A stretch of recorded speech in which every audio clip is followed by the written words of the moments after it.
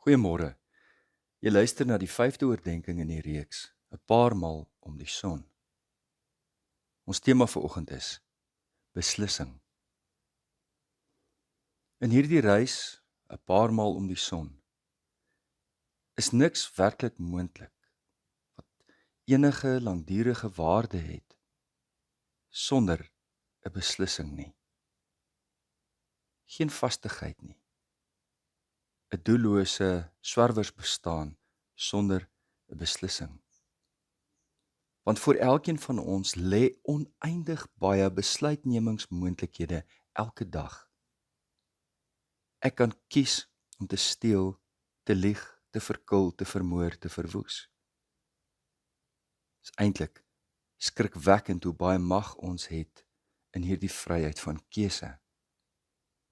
Ek het ook die keuse om hoflik te wees, vriendelik te wees, behulpsaam te wees, liefdevol, eerlik, respekvol.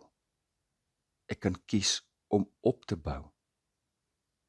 Maar dit verg 'n beslissing. Dit verg 'n beslissing waarvan al die besluite wat ek vir die res van my lewe gaan neem, onderdanig aan is. Aristoteles, die filosoof wat meer as 300 jaar voor Christus geleef het reeds raak gesien dat 'n mens 'n beslissing nodig het wat jou lewe oriënteer. Hy het gesê, elke liewe ding op aarde het 'n telos, 'n doel, 'n eindbestemming. 'n Stoel is gemaak om op te sit. Die mens se telos is eudaimonia, 'n goeie, vervulde lewe, 'n deugdevolle lewe waar jy jou hoogste potensiaal verwesenlik. Dit lei tot 'n staat van diep vervulling en 'n doelgerigte lewe. Jy verkry dit deur deugde na te streef, gesonde, rasionele denke en morele uitnemendheid. Terloops, Jesus gebruik ook die woord telos, so ook Paulus, maar gee dit nuwe betekenis. Ons lewensbestemming is om volmaak te wees, soos ons hemelse Vader volmaak is, sê Jesus in die bergrede. Paulus beskryf ons telos, 'n navolging van Christus. Ons word al meer verander na die beeld van Christus. Die kerkvader Augustinus, wat in die 4de eeu na Christus geleef het gesê mense doen hoofsaaklik verkeerde dinge, nie omdat hulle nie weet wat reg is nie, maar omdat hulle verkeerd liefhet. Jy is wat jy liefhet. Jy is wie jy liefhet. Dit is 'n lewenslange oriëntasie van die wil, gedryf, altyd gedryf, deur die fokus van wat of wie jy liefhet. Daarom het Augustinus met die oortuiging geleef dat ons 'n conversio continua nodig het, voortdurende bekering. Søren Kierkegaard, die Deense filosoof wat in die 1800s geleef het, sê elke mens moet 'n beslissende keuse maak om jouself te kies voor God. Jy kies wie jy is voor God. Jy kan kies om esteties te leef, vir plesier, gemak en voortdurende en onmiddellike bevrediging. Of jy kan kies om eties te leef in verantwoordbaarheid voor God. Die beslissing wat ons maak is nie om daagliks te vra, wat gaan ek vandag doen nie? Maar dit lê dieper as dit, wie wil ek wees? Voor wie leef ek my lewe? Hy beskryf dit dan, ek kies myself voor God. In essensie skep jy 'n self, jou hele lewe lank, in die aangesig van God. Dallas Willard, 'n meer onlangse skrywer, sê disippelskap is die beslissing wat ons maak om ons hele lewe in die koninkryk van God te leef. Disippelskap is 'n voorbesluit, 'n besluit voor besluite. Dit is 'n beslissing wat reeds 'n voorafbesluit behels vir baie kleiner besluite, al die kleiner besluite, wat ek nog my lewe lank gaan moet neem. vir die meeste besluite wat op my pad kom, weet ek reeds wat ek gaan sê. Ons lewens word nie bepaal deur die omstandighede nie, maar die beslissing of beslissings wat ons neem. Our lives are not controlled by conditions, but by decisions, sê die Engelse spreekwoord dit mooi, poëties. Dis nie jou omstandighede wat jou lewe bepaal nie, maar die besluit wat jy neem, die beslissing wat jy maak.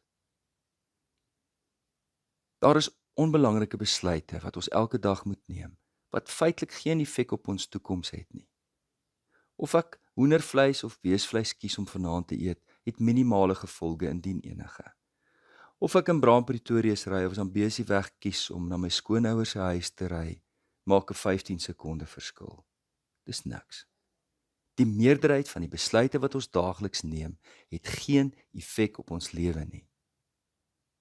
Maar dan is daar besluite wat alles bepalend is. Een besluit kan die res van my lewe bepaal. Dis groot besluite wat lotsbestemming van aard is. Lotsbestemmend van aard is. En om nie te besluit nie, is ook 'n besluit. 'n Slegte besluit. Die Engelse woord decision is afgelei van die Latynse begrip decidere, wat beteken afsny, afkap. Om 'n beslissing te maak is om alle alternatiewe af te sny. As niks afgesny en afgekap en weggelaat word nie, is geen besluit geneem nie. Besluite is nie voorkeure nie. 'n Voorkeur is 'n posisie waar jy van iets meer as van 'n ander hou, maar albei bly 'n opsie. 'n Besluit is die afsny van alternatiewe. Dit word gou duidelik dat wat ons dikwels besluite noem, eintlik 'n voorkeur is. Ons het nie die alternatiewe afgesny nie. Lukrake besluite kan hersien word, soos die roete waarmee ek huis toe ry. Maar gewigtige besluite val onder die kategorie van morele besluite, roepingsbesluite, verbondsbesluite. Dit is eksistensiële besluite wat die rigting en die eindbestemming van my lewe bepaal. 'n Besluit is 'n beslissing wat ek maak om vaarwel te roep aan alle ander opsies en helderheid te hê van die rigting wat ek inslaan. Waar vind hierdie boodskap jou vanmôre? Het jy 'n beslissing gemaak? Ons gebed kom uit die groot gebedeboek en is 'n gebed van die ou kerkvader Thomas à Kempis. Here, gee aan my die genade om te weet wat U wil hê ek moet weet, om lief te hê wat ek behoort lief te hê, om waarde te heg aan die dinge wat vir U die waardevolste is, om my weg te hou van alles wat vir U verwerplik is. Moenie my toelaat om mense te oordeel bloot op grond van wat ek sien nie, of te verwerp op basis van wat ek mense hoor sê nie. Leer my, Here, om te onderskei, met die insig wat net van U Gees kom, tussen sienlike en onsienlike dinge, tussen waarheid en wat vals is. Leer my bo alles te onderskei wat U wil is, in elke situasie. In Jesus naam. Amen. Liefde en 'n geseënde naweek vir elkeen.